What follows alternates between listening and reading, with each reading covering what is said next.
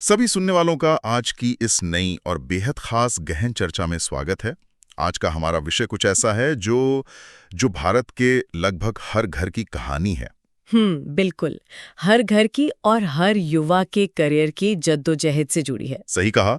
हम बात कर रहे हैं भारत में सरकारी नौकरी के उस जबरदस्त क्रेज की जिसने दशकों से कई पीढ़ियों के सपनों को, उनके संघर्षों को प्रभावित किया है। और सिर्फ सपने ही नहीं, उनके जीवन के सबसे बड़े फैसलों को भी। एकदम।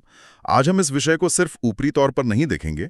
हम उन चौंकाने वाले आंकड़ों, परीक्षाओं की इस तनावपूर्ण दुनिया और सरकार द्वारा किए जा रहे बड़े सुधारों की गहराई में उतरेंगे, जो कि बहुत जरूरी भी है आज के समय में। बिल्कुल। और मैं बता दूं कि आज के हमारे विश्लेषण का आधार कुछ बहुत ही ठोस स्रोत हैं। इनमें राष्ट्रीय भर्ती एजेंसी यानी एनआरए और सीईटी को लेकर ताजा सरकारी घोषणाएं शामिल हैं। साथ ही यूपीएससी, एसएससी और रेलवे जैसी परीक्षाओं के विस्तृत आंकड़े भी हैं हमारे पास। हाँ, और करियर काउंसलिंग के नजरिए से सागर हिडाउ का एक बहुत ही व्यवहारिक विश्लेषण भी हमने शामिल किया है। तो चलिए इसे थोड़ा डिकोड करते हैं। बिल्कुल, शुरू करते हैं। हमारा मिशन आज सिर्फ इन भारी भरकम आंकड़ों को पढ़ना नहीं है। हमें ये समझना है कि भारत का जॉब मार्केट आखिर किस दिशा में जा रहा है और युवाओं के भविष्य के लिए इस सब का असल में क्या मतलब है। मैं इसी बात से शुरुआत करना चाहूंगी।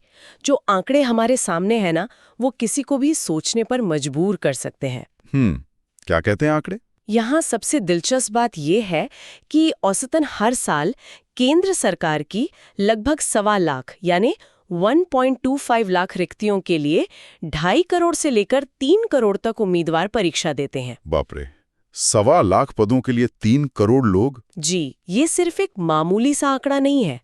ये भारत की पूरी रोजगार मानसिकता और उस भारी सामाजिक दबाव का एक बहुत बड़ा आईना है जिसमें आज का युवा जी रहा है। यह आंकड़ा वाकई ध्यान खींचने वाला है और इसी से जुड़ता है हमारा पहला अहम बिंदु जो सागर हिडाउ के करियर काउंसलिंग विश्लेषण में बहुत प्रमुखता से उठाया गया है। वो सामाजिक दबाव वाला पहलू। हाँ, हमारे समाज में एक बहुत ही आम और कई बार चुभने वाला सवाल है, कितना कमा लेते हो? बिल्कुल, ये सवाल तो हर युवा ने सुना ही होगा। इस विश्लेषण में बहुत स्पष्ट रूप से बताया गया है कि विशेषकर पुरुषों पर एक स्थायी नौकरी और एक निश्चित सैलरी को लेकर जो सामाजिक दबाव है वो अविश्वसनीय है। और जब बात शादी की आती है तो जॉब सिक्योरिटी को सबसे ऊपर रखा जाता है। बिल्कुल, सरकारी नौकरी को आज भी सबसे सुरक्षित दाव माना जाता है। नौकरी पक्की तो शादी पक्की। ये मानसिकता आज भी समाज की जड़ों में गहराई तक बैठी है। ये सामाजिक मानसिकता एक तरफ है, लेकिन जब हम इस मानसिकता की तुलना वास्तविक आंकड़ों और कड़वी सच्चाई से करते हैं तो तस्वीर बहुत ही अलग नजर आती है। अलग और शायद थोड़ी डरावनी भी, बहुत डरावनी। पिछले 8 वर्षों का अगर हम डेटा देखें तो विभिन्न सरकारी नौकरियों के लिए लगभग 22 करोड़ लोगों ने आवेदन किया। 22 करोड़, ये तो कई देशों की पूरी आबादी से भी ज्यादा है। बिल्कुल। अब जरा सोचिए, 22 करोड़ आवेदन, लेकिन इनमें से चयन कितनों का हुआ? कितने? केवल 7,22,000 उम्मीदवारों का। सिर्फ 7 लाख? हाँ, इसका सीधा सा मतलब है कि सफलता की दर मात्र 0.33% है। 0.33%। मतलब अगर इसे थोड़ा आसान भाषा में समझें तो अगर एक बड़े हॉल में 300 बच्चे बैठे हैं तो उनमें से मुश्किल से एक का भी चयन पक्का नहीं है। सही कहा। बाकी 299 खाली हाथ लौटेंगे। ये सिर्फ एक आंकड़ा नहीं है यार, ये एक पूरी पीढ़ी के संघर्ष और कई बार उनकी हताशा को भी दर्शाता है। एकदम सही तुलना की आपने। और अगर हम इसे एक विशिष्ट उदाहरण से समझें तो यूपी पुलिस कांस्टेबल की भर्ती का हालिया उदाहरण ही ले लीजिए। उसमें क्या हुआ था? 60,000 रिक्तियों के लिए 48 लाख आवेदन आए थे। 48 लाख। हाँ, यहाँ चयन दर सिर्फ 1.25% बैठती है। सेना में जवान भर्ती की सफलता दर भी सिर्फ 3 से 4% के आसपास ही रहती है। मतलब प्रतिस्पर्धा हर जगह है। और सबसे बड़ी बात जो समझने वाली है वो ये है कि पूरे भारत के रोजगार बाजार में कुल नौकरियों का केवल 2% हिस्सा ही सरकारी नौकरियों का है। सिर्फ 2%? जी, बाकी 98% नौकरियां निजी या असंगठित क्षेत्र में है। यही तो सबसे बड़ा विरोधाभास है।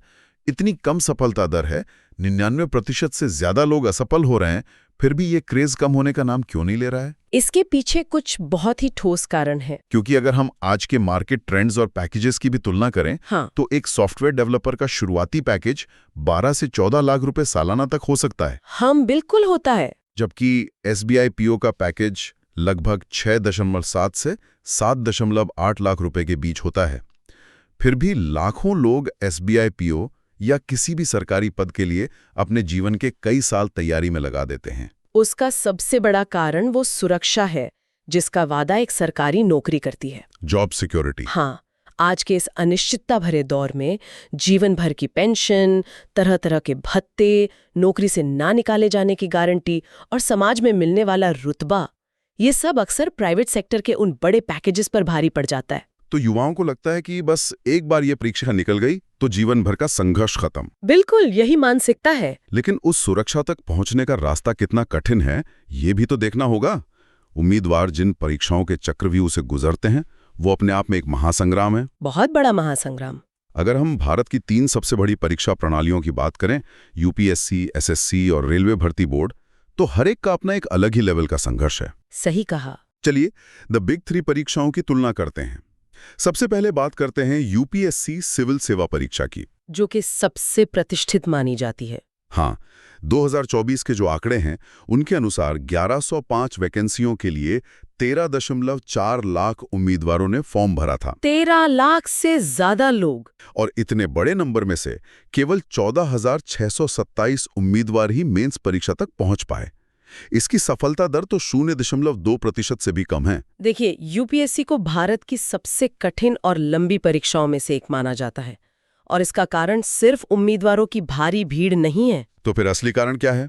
इसका सिलेबस ये इतना विशाल है कि इसमें इतिहास, राजनीति, अर्थशास्त्र, नैतिकता, समसामयिक मामले और वैकल्पिक विषय सब कुछ शामिल है। मतलब लिटरली सब कुछ पढ़ना पड़ता है। बिल्कुल।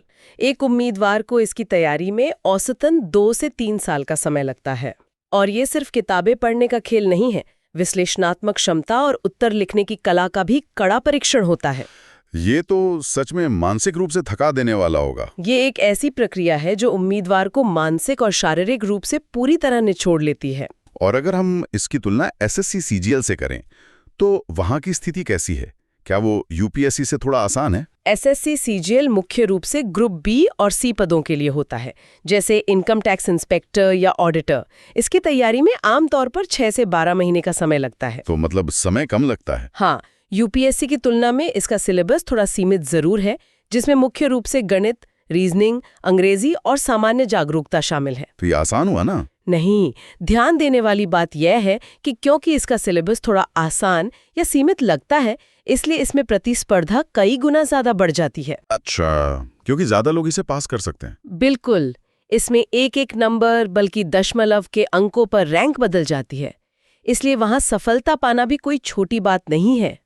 यहाँ बात सच में बहुत दिलचस्प हो जाती है, क्योंकि जब हम स्केल या पैमाने की बात करते हैं ना, तो रेलवे भर्ती बोर्ड यानी RRB के आंकड़े तो किसी छोटे देश की कुल जनसंख्या के बराबर निकल आते हैं। रेलवे के आंकड़े तो हमेशा ही चौंकाने वाले होते हैं। रेलवे के लेवल 1, जिसे पहले ग्रुप D कहा जाता था, उसके 62,907 पदों के लिए 1.90 करोड़ आवेदन आए।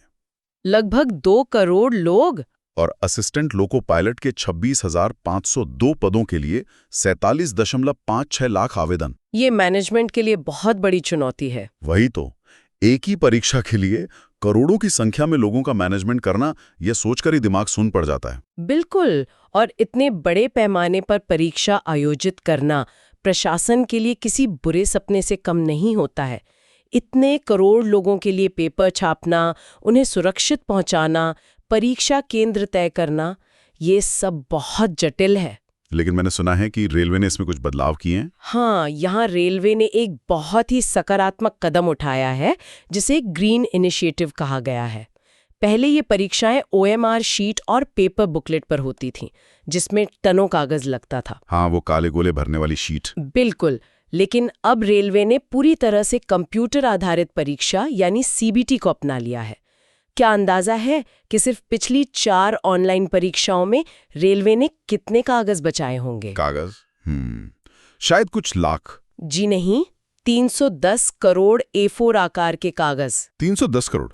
ये तो बहुत बड़ा नंबर है। पर्यावरण के नजरिए से देखें तो इसका सीधा मतलब है कि लगभग 4 लाख पेड़ों को कटने से बचा लिया गया है। वाह, 4 लाख पेड़। है ही, लेकिन ये इस बात को भी दर्शाता है कि भारत में बेरोजगारी का पैमाना इतना बड़ा है कि प्रशासन को पूरी व्यवस्था ही डिजिटल करनी पड़ी। क्योंकि कागजों पर इतनी बड़ी परीक्षा लेना अब व्यवहारिक ही नहीं रह गया था। एकदम सही। ये कागज बचाने वाली बात तो सच में बहुत शानदार है, लेकिन तकनीक के इस इस्तेमाल और प्रशासन की सहूलियत के बावजूद एक उम्मीदवार की जो व्यक्तिगत और जमीनी परेशानी थी वो तो अपनी जगह वैसे ही थी। जमीनी परेशानी से आपका क्या मतलब है? कल्पना कीजिए उस युवा की जो जनरल डिब्बे में धक्के खाते हुए जमीन पर बैठकर 500 किलोमीटर दूर किसी दूसरे शहर में परीक्षा देने जा रहा है। अलग अलग फॉर्म भरना, हर परीक्षा के लिए अलग फीस देना। हाँ, ये तो एक बहुत बड़ी हकीकत है। और रेलवे स्टेशन के प्लेटफॉर्म पर रात गुजारकर सुबह परीक्षा देना।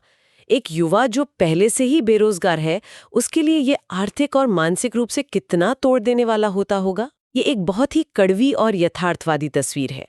उम्मीदवारों की इन्हीं जमीनी परेशानियों को देखते हुए और इस पूरी प्रक्रिया को सरल बनाने के लिए सरकार ने एक बहुत बड़ा और ऐतिहासिक सुधार किया है। कौन सा सुधार? अगर हम इसे बड़े परिदृश्य से जोड़कर देखें तो ये एक राष्ट्र एक परीक्षा की दिशा में उठाया गया एक बहुत बड़ा कदम है। अच्छा, वन नेशन वन एग्जाम। हाँ, केंद्रीय मंत्रिमंडल ने हाल ही में राष्ट्रीय भर्ती एजेंसी यानी एनआरए के गठन और कॉमन एलिजिबिलिटी टेस्ट, जिसे हम सीईटी कह रहे हैं, उसे मंजूरी दी है।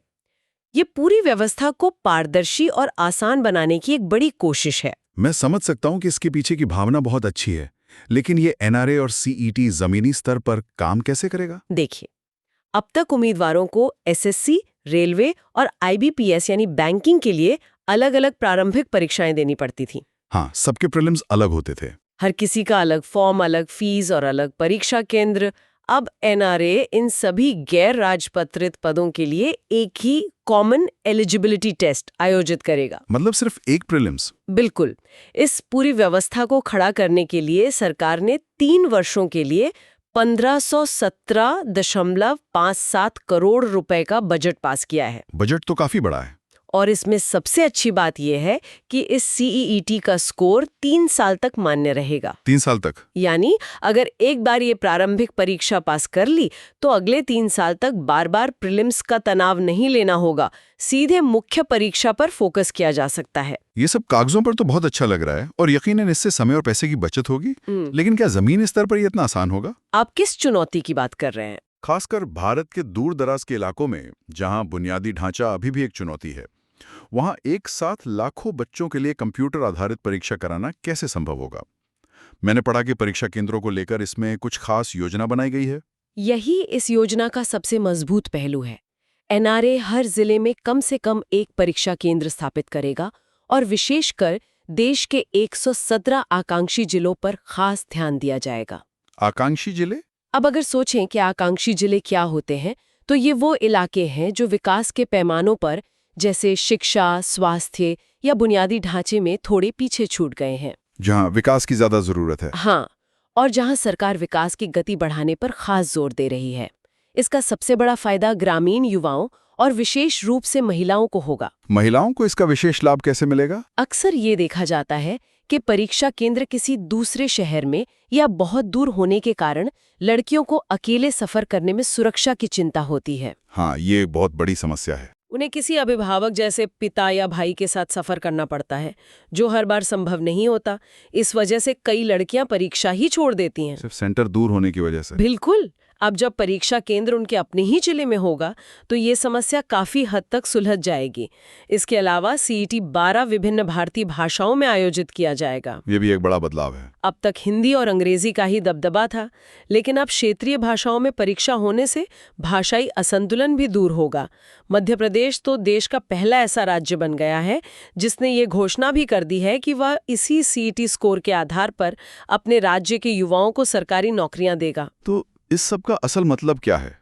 एक तरफ तो भर्ती प्रक्रिया को सुव्यवस्थित किया जा रहा है, एनआरए और सीटी जैसे बड़े कदम उठाए जा रहे हैं ताकि उम्मीदवारों की परेशानी कम हो और चयन प्रक्रिया पारदर्शी हो। बिल्कुल। लेकिन दूसरी तरफ जो आंकड़े सामने आ रहे हैं वो ये भी बता रहे हैं कि सरकारी नौकरियां वास्तव में सिकुड़ रही हैं। हाँ, जैसे हमारे स्रोतों में एक रिपोर्ट के अनुसार रेलवे 2025 तक अपने 72,000 कर्मचारियों को कम करने की योजना बना रहा है। कुल मिलाके 50,000 केंद्रीय नौकरियों की कमी का भी अनुमान है। ये सच है। तो ये अपने आप में एक विरोधाभास नहीं है? एक तरफ परीक्षा आसान हो रही है, दूसरी तरफ नौकरियां कम हो रही हैं। ये युवाओं के लिए कैसा संकेत है? ये एक बहुत ही स्पष्ट और जरूरी संकेत है कि जॉब मार्केट पूरी तरह से बदल रहा है और अब युवाओं को भी अपना नजरिया बदलना होगा। जो समाधान पहले काम आते थे वो अब नहीं आएंगे। मतलब सिर्फ डिग्रियों से काम नहीं चलेगा? बिल्कुल नहीं। अब सिर्फ पारंपरिक डिग्रियों और क्लर्क या बाबू की नौकरियों के भरोसे नहीं बैठा जा सकता। भविष्य नए कौशल, जिन्हें हम स्किल्स कहते हैं, और उद्यमशीलता में है। तो क्या अवसर खत्म हो रहे हैं? रोजगार के नए रूप विकसित करने के लिए पूरी तरह से अलग और गैर पारंपरिक क्षेत्रों में निवेश कर रही है। तो वो नए और गैर पारंपरिक क्षेत्र कौन से हैं जहां अब अवसर बन रहे हैं? क्योंकि एक आम युवा को तो अभी भी सिर्फ डेस्क जॉब ही दिखती है। अगर हम आज के विश्लेषण में दी गई सरकारी पहलों पर नजर डालें तो तस्वीर काफी बदलती हुई नजर आती है। उदाहरण के लिए इलेक्ट्रॉनिक्स और आईटी मंत्रालय ने चुनौती नाम की एक प्रतियोगिता शुरू की है। चुनौती? जी, इसके तहत टियर 2 शहरों यानी छोटे शहरों में स्टार्टअप्स को बढ़ावा देने के लिए 95 करोड़ रुपए का बजट रखा गया है, जिसमें 300 स्टार्टअप्स को 25-25 लाख रुपए की सीड फंडिंग दी जाएगी। यहाँ थोड़ा रुकते हैं, ये सीड फंडिंग क्या होती है? सीड फंडिंग यानी वो शुरुआती पैसा जो किसी नए और अनोखे आइडिया को जमीन पर उतारने और उसे एक व्यापार का रूप देने के लिए सबसे पहले चाहिए होता है। ये बीज बोने जैसा है। अच्छा, तो सरकार खुद बिजनेस शुरू करने के लिए पैसा दे रही है? बिल्कुल। इसके अलावा रेलवे का ही उदाहरण लें, जो नौकरियां कम कर रहा है, वही रेलवे 2030 तक 33 बिलियन यूनिट सौर ऊर्जा के साथ खुद को net zero carbon emission transportation में बदलने जा रहा है। Net zero carbon emission? इसका मतलब है कि वो अपनी ऊर्जा जरूरतें खुद रिन्यूएबल सोर्स से पूरी करेंगे ताकि पर्यावरण को नुकसान ना हो। अब इसके लिए उन्हें क्लर्क नहीं चाहिए। तो पर कैसे लोग चाहिए? इसके लिए उन्हें सोलर पैनल लगाने वाले, मेंटेन करने वाले और ग्रीन एनर्जी सेक्टर के तकनीकी लोग चाहिए। यहाँ हजारों नए रोजगार पैदा होंगे। ये तो टेक्नोलॉजी और पर्यावरण से जुड़ी बात हो गई, लेकिन हर कोई टेक बैकग्राउंड से नहीं होता। क्या कुछ पारंपरिक क्षेत्रों में भी ऐसा कुछ नया हो रहा है जहां रोजगार पैदा हो रहे हो? बिल्कुल। स्थानीय अर्थव्यवस्थाओं को कैसे पुनर्जीवित किया जा रहा है, इसके बहुत अच्छे उदाहरण हैं। जम्मू कश्मीर में स्थानीय अर्थव्यवस्था को बढ़ावा देने के लिए जम्मू, कटरा और सांबा क्षेत्रों में बांस के क्लस्टर विकसित किए जा रहे हैं। बांस के क्लस्टर? हाँ, बांस से जुड़े उद्योग लगने से वहां के 25,000 लोगों को सीधा रोजगार मिलेगा। वहीं मानसर झील के कायाकल्प की योजना बनाई जा रही है ताकि वहां सालाना 20 लाख पर्यटक आ सकें। और टूरिस्ट आएंगे तो सीधा टूरिज्म सेक्टर में नौकरियां पैदा होंगी। एकदम सही। इसके अलावा संस्कृति मंत्रालय ने भारतीय पुरातत्व सर्वेक्षण के 7 नए सर्कल बनाए हैं, जैसे त्रिची, रायगंज, राजकोट, जबलपुर, झांसी, मेरठ और हम्पी। मतलब हेरिटेज और संस्कृति के क्षेत्र में भी काम हो रहा है। इन सब का सीधा सा अर्थ है कि सरकार का फोकस अब केवल सरकारी दफ्तरों में कुर्सियां बढ़ाने पर नहीं है, बल्कि पर्यावरण, पर्यटन, सांस्कृतिक विरासत संरक्षण और टेक स्टार्टअप्स के जरिए अर्थव्यवस्था को गति देने पर है। ये सच में एक बहुत ही आशाजनक और व्यापक तस्वीर है, जो ये बताती है कि अगर एक दरवाजा बंद हो रहा है तो कई नई खिड़कियां खुल भी रही हैं। बिल्कुल। लेकिन इन सब आर्थिक और रोजगार आधारित विकास की बातों के बीच आज के हमारे स्रोत एक बहुत ही गंभीर सामाजिक चेतावनी की ओर भी ध्यान खींचते हैं, जिसे नजरअंदाज नहीं किया जा सकता। जी, ये एक बहुत ही महत्वपूर्ण पहलू है। यहाँ बात भारत में जन्म के समय लिंगानुपात की उस रिपोर्ट की हो रही है जो एक बहुत ही गहरी सामाजिक विसंगति को उजागर करती है। वो रिपोर्ट क्या कहती है? उस रिपोर्ट के अनुसार 2001 से लेकर 2017 के बीच जन्म के समय लिंगानुपात में कोई खास सुधार नहीं हुआ है। यानी बालिकाओं के जन्म की संख्या प्राकृतिक मानक से आज भी काफी कम है। तो इसका इस पूरी चर्चा से क्या संबंध है? संबंध बहुत गहरा है।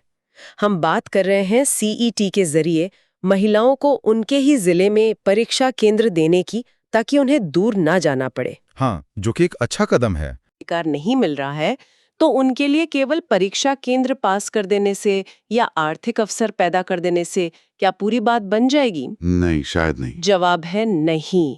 समग्र सामाजिक विकास के बिना कोई भी आर्थिक प्रगति अधूरी है, महिलाओं का कार्यबल में समान रूप से शामिल होना और उनके लिए समाज में सुरक्षित माहौल होना किसी भी नई सरकारी योजना या आर्थिक विकास से ज्यादा जरूरी है। ये बहुत गहरी बात कही आपने। अगर समाज का नजरिया नहीं बदलेगा तो नीतियां चाहे कितनी भी अच्छी हों, उनका असली फायदा हर वर्ग तक नहीं पहुंच पाएगा। बिल्कुल सही बात है। ये एक बहुत ही जरूरी रिमाइंडर है कि समाज और अर्थव्यवस्था दोनों को साथ मिलकर चलना होगा। एकदम सही। तो आज की इस पूरी गहन चर्चा को अगर हम समेटें तो एक बात स्पष्ट है कि सरकारी नौकरी की चाह रखना कोई गलत बात नहीं है। बिल्कुल नहीं। लेकिन ये समझना भी उतना ही जरूरी है कि उस सरकारी नौकरी वाले सपने को छोड़ना कितना मुश्किल होता है, क्योंकि इसके पीछे सालों की मेहनत और पूरे परिवार की उम्मीदें होती हैं। फिर भी केवल उसी एक लक्ष्य पर अपनी पूरी जिंदगी को दांव पर लगा देना और अपनी अहमियत को सिर्फ एक सैलरी स्लिप से मापना, ये सोच अब युवाओं को पीछे खींच सकती है। मैं पूरी तरह सहमत हूँ। युवाओं को ये बात समझनी होगी कि उनकी असली संपत्ति कोई डिग्री, मार्कशीट या किसी दफ्तर की कुर्सी नहीं है। तो असली संपत्ति क्या है? असली संपत्ति उनका कौशल यानी स्किल्स हैं और उनका अनुभव है। एक राष्ट्र एक परीक्षा जैसी नीतियां यकीनन सिस्टम की मुश्किलें कम कर रही हैं, लेकिन किसी भी उम्मीदवार की असली सफलता उसकी व्यक्तिगत अनुकूलन क्षमता में छिपी है। अनुकूलन क्षमता यानी खुद को ढालने की क्षमता। हाँ, एक युवा समय के साथ खुद को कितना बदल पाता है, नई तकनीक और नए माहौल को कैसे अपनाता है, यही तय करेगा कि भविष्य के इस बदलते जॉब मार्केट में वो टिक पाएगा या नहीं। और यही आज की हमारी इस चर्चा का सबसे बड़ा निष्कर्ष है कि बदलाव ही एकमात्र सच्चाई है और जो इसके साथ खुद को ढाल लेगा वही आगे बढ़ेगा। और अंत में ये पूरी चर्चा एक बहुत ही महत्वपूर्ण सवाल खड़ा करती है, एक ऐसा विचार जिस पर हम सबको गंभीरता से सोचना चाहिए। कैसा विचार? कल्पना करें कि अगर अगले 10 या 15 सालों में स्वचालन यानी ऑटोमेशन और आर्टिफिशियल इंटेलिजेंस के कारण जो पारंपरिक सरकारी क्लर्कियल काम हैं, वे पूरी तरह से मशीनों और सॉफ्टवेयर के हाथ में चले जाएं। जो कि बहुत संभव है एआई के आने के बाद। सारा डेटा एंट्री, सारा फाइलिंग का काम अगर एआई करने लगे तो तब क्या होगा? क्या हमारा समाज तब भी सफलता और सम्मान को उसी सरकारी कुर्सी से तौलेगा? ये तो बहुत बड़ा सवाल है। या हम अंततः इंसान की असली रचनात्मकता, उसके नए विचारों और उसके द्वारा समाज में जोड़े गए वास्तविक मूल्य का सम्मान करना सीखेंगे? ये सच में एक बहुत ही गहरा और विचारोत्तेजक सवाल है। जिस तेजी से दुनिया बदल रही है, ये स्थिति बहुत दूर नहीं लगती। इस पर सोचने की जिम्मेदारी अब इस चर्चा को सुनने वालों की है। बिल्कुल, सोचने का विषय तो है। इसी सवाल के साथ हम आज के इस विश्लेषण को यहीं समाप्त करते हैं। हम जल्द ही कुछ और नई जानकारियों, कुछ और दिलचस्प स्रोतों और एक नए विषय के साथ वापस लौटेंगे। तब तक के लिए नए कौशल सीखते रहिए, बदलाव के लिए तैयार रहिए और आगे बढ़ते रहिए। अलविदा।